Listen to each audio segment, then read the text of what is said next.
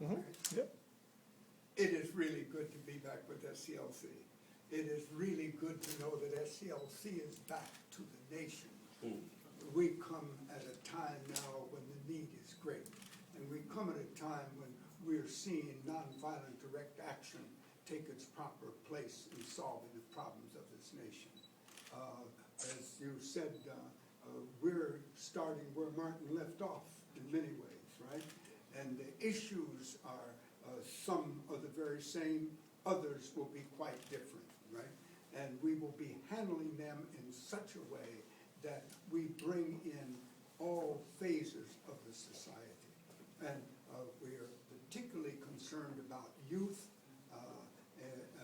particularly college youth, and then high school youth, right? Because we are also planning the future as we develop the present. These go together. We are an action organization, right? And it's in the action we learn. It's in the action we find out who we are. It's in the action we find out what our nation is like and how far it's come. And in the action we'll find out how far it can go. It is these kinds of ingredients that has made SCLC. And we have to think about Martin King anytime we think about SCLC.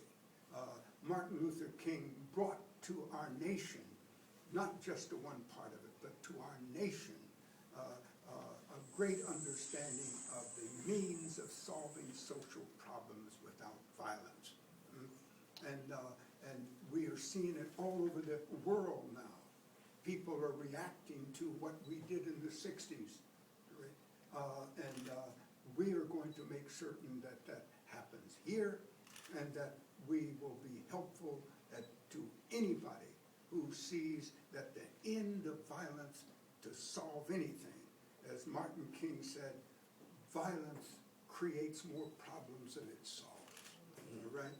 And we come to continue the work, the thought, and the ideas of Martin King. We're very fortunate.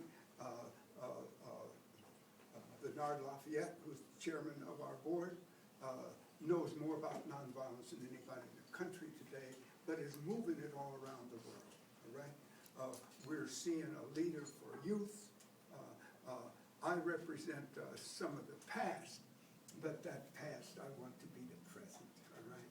And so working together, we hope that everyone will realize that SCLC never left. It's now that the issues have come forth that need us badly. Any questions? Dr. Vivian, you talked about college youth, high school youth. Mr. Ferris, you talked about education and economic empowerment.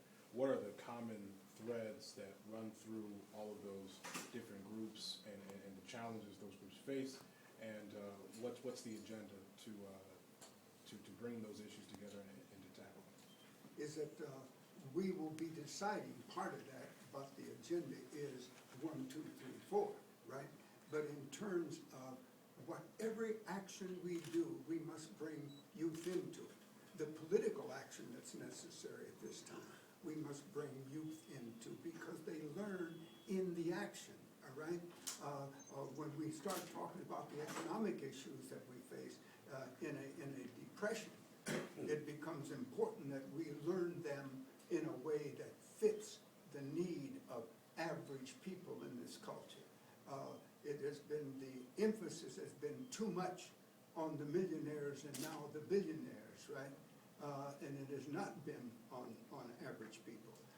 We will be involving ourselves not only with the normal economic trends, but we'll be working with other organizations that see these issues as